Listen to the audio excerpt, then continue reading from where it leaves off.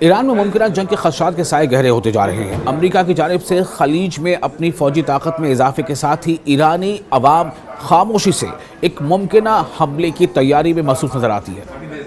یعنی ایک طرف جہاں پورا کا پورا پوری ایران کی فوج IRGC کے تمام جو ٹکڑیاں ہیں وہ چاہے وہ بحریہ ہو، چاہے بری فوج ہو یا فضائیہ ہو، تمام کی تمام تیاریوں پر مکمل ہے۔ اسی کے ساتھ ساتھ کہا جاتا ہے کہ جب کوئی بھی ملک جنگ جیتتی ہے یا ہارتی ہے، اس میں وہاں کی جو قوم ہوتی ہے اس کا بہت بڑا کردار ہوتا ہے کہ اس ملک کی قوم کیسے اس کے پیچھے کھڑی رہی ہیں۔ کئی شہروں میں لوگ اپنے گھروں کی کھڑکیاں سیل کر رہے ہیں، خوراک اور پانی ذخیرہ کیا جا رہا ہے اور ہنگامی حالات کے لیے ضروری سامان اکٹھا کیا جا رہا ہے۔ یعنی کہ حکومت کے اس فیصلے کے ساتھ ایرانی عوام کھڑی ہے۔ ایرانی عوام سڑکوں پر اس لیے نہیں آ رہی ہے کہ آپ جنگ میں کیوں ملک کو دھکیل رہے ہیں۔ یہ سب ایسے وقت میں ہو رہا ہے جب واشنگٹن ایک بار پھر ایران کے خلاف جنگی بیانات کو تیز کر چکا ہے، جس کے نتیجے میں ایرانی عوام کے لیے جنگ کا خدشہ ایک حقیقی اور فوری خوف بن چکا ہے۔ تو ایران کی تیاری ہر شعبے میں ہے، ہر سطح پر ہے۔ امریکی فوجی بیڑے کی بڑے پیمانے پر مشرق وسطیٰ میں نقل و حرکت نے نہ صرف سعودی عرب اور اسرائیل کے ساتھ اربوں ڈالر کے نئے اسلحہ معاہدوں کو جنم دیا، بلکہ ایران کے اندر اس صورتحال نے بے یقینی شدید ذہنی دباؤ اور ایک تباہ کن مستقبل کے خدشات کو بھی بڑھا دیا ہے۔ اس پہ کوئی دو رائے نہیں ہے کہ عوام اس بات سے کہیں نہ کہیں وہ منتظر ہے اور وہ اس کے انتظار میں ہے، اس کو لے کر تیاری کر رہی ہے، وہ تیار ہو چکی، عوام نے ذہن سازی کر لی ہے کہ حملہ ملک پر ہو سکتا ہے، لیکن ملک پر اگر حملہ ہوتا ہے تو ایران کی عوام اس کے لیے تیار ہے کہ وہ اپنے حکومت کے فیصلے کے ساتھ کھڑی ہے۔ وہ اپنی حکومت کے فیصلے کے بیچ میں ایک مشکل بن کے سامنے نہیں آ رہی۔ ایرانی عوام ابھی تک اس صدمے سے نہیں آ سکتی جو 28 دسمبر کو تہران کے بازار میں معاشی بحران کے خلاف شروع ہونے والے احتجاج کے بعد ملک عید مظاہروں اور ان پر ہونے والی خوریز کریک ڈاؤن کی صورت میں سامنے آیا تھا، لیکن عوام کے سامنے جلد ہی یہ بات بھی ثابت ہو گئی۔ ایران کی قیادت نے اس بات کو ثابت کر دیا کہ دراصل باہری قوتیں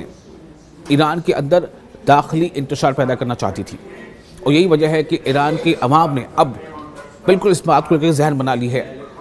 کہ باہری قوتیں چاہے وہ کسی بھی ملک کی شکل میں ہو، چاہے وہ اسرائیل ہو یا امریکہ ہو، جیسا کہ ایران کے تمام بڑے سربراہان کہتے رہے ہیں، ان کے منصوبوں کو ایران میں کامیاب نہیں ہونے دیا جائے گا۔ یہ ایرانی عوام کی تیاری ہے۔ ایران سے باہر موجود انسانی حقوق کی تنظیموں کا دعویٰ ہے کہ ہلاکتوں کی اصل تعداد اس سے کہیں زیادہ تھی جب پچھلی بار جو وہاں پر انرس پیدا ہوا تھا، لیکن اب لوگ اس بات سے کہیں نہ کہیں متفق ہو چکے کہ دراصل یہ کوشش باہری قوتوں کی ہی ہے، اور جس طرح سے امریکہ کے صدر ڈونلڈ ٹرمپ کے بار بار بیان میں تبدیلی آ رہی ہے، جن وجوہات کو سامنے لا رہے ہیں ان کے بیان میں تضاد یہ ظاہر کرتا ہے کہ ایران کے خلاف جو دشمن ملک ہیں وہ لگاتار سازشیں کر رہے ہیں، اور اسی لیے ایرانی عوام ان سازشوں کی کاٹ کے لیے ایرانی حکومت کے، ایرانی سربراہ کے فیصلے کے ساتھ کھڑی نظر آتی ہے، اور اس بات میں تیار ہے کہ اگر جنگ ہوگی تو ہم اس کو برداشت کریں گے اور اس کا ہم سامنا کریں گے، اس کا مقابلہ کریں گے۔ اسی کی یہ کوشش ہے کہ آپ نے جیسے میں نے آپ کو بتایا کہ تمام عوام ہر سطح پر تیار ہے۔ ایران معاشرے میں ظاہری سکون کے باوجود جو شاید ذہنی دباؤ سے نمٹنے کا ایک طریقہ ہے، ایک سوال، جی ہاں ایک سوال مسلسل گردش کر رہا ہے کہ اگر جنگ شروع ہو گئی تو کیا کیا جائے۔ احتجاج کے دوران 3 ہفتوں کی انٹرنیٹ بندش کے بعد جب سوشل میڈیا دوبارہ فعال ہوا تو فارسی زبان کے پلیٹ فارمز پر میزائل حملوں اور بمباری سے بچاؤ کے طریقوں سے متعلق مشوروں کی بھرمار ہو گئی کہ اگر میزائل حملے ہوتے ہیں تو کیا کرنا ہے، عوام کا اس میں کردار کیسا ہونا چاہیے، کس طرح سے آپ نہ خود اپنے بلکہ اپنے پڑوسیوں کے لیے بھی ایک بہترین پڑوسی ثابت ہو سکتے ہیں۔ ان احتیاطی تدابیر میں شامل ہے 10 دن کے لیے خوراک اور پانی کا ذخیرہ،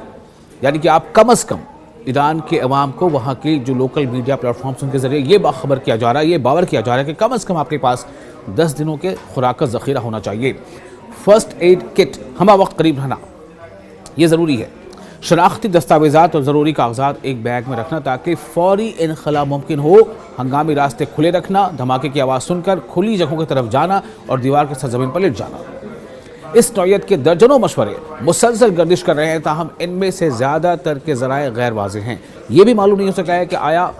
وہی پورٹس جو جون میں اسرائیل اور امریکہ کے حملوں کے دوران سابق شاہ کی بیٹے رضا پہلوی کی تشہیر میں سرگرم تھے، اس بار بھی اس مہم کے پیچھے ہیں یا نہیں۔ کیا اس مہم کے پیچھے ایران کی عوام کو ذہنی طور پر تیار کرنا ہے یا پھر یہ کہ انہیں ڈرانا دھمکانا ہے؟ لیکن ایران کی عوام جس طرح سے تیاری کر رہی ہے اسے یہی لگتا ہے کہ ایران کی عوام ایران کی حکومت، ایران کی ملٹری قیادت کے فیصلے کے ساتھ کھڑی ہے اور وہ اپنی ذمہ داری نبھا رہی ہے۔ ایران کے شہر بظاہر پرسکون ہیں، لیکن اس میں ایسا نہیں ہے کہ ان میں بہت زیادہ جو ہے ایک پریشانی ہو۔ پیٹرول پمپوں پر لمبی قطاریں نہیں دیکھی جا رہی ہیں، دکانیں کھلی ہیں، لوگ معمول کے مطابق کام پر آ رہے ہیں، جا رہے ہیں، اور صبح سویرے اسکول جانے والے بچے گھروں کے باہر بسوں کا انتظار کرتے نظر آتے ہیں۔ لیکن اس معمول کے پیچھے ایک گہرا اضطراب چھپا ہے، ایک ایسا خوف جو خاموش ہے مگر ہر دل میں موجود ہے۔ اور سوال یہی ہے کہ کیا جنگ ہوگی، اور جنگ کی صورت میں ہمارا کردار کیا ہوگا؟ ایک عوام کے ناطے، ایک قوم کے ناطے ان کا کردار کیا ہوگا؟ اس کے لیے پوری طرح سے تیار نظر آتے ہیں۔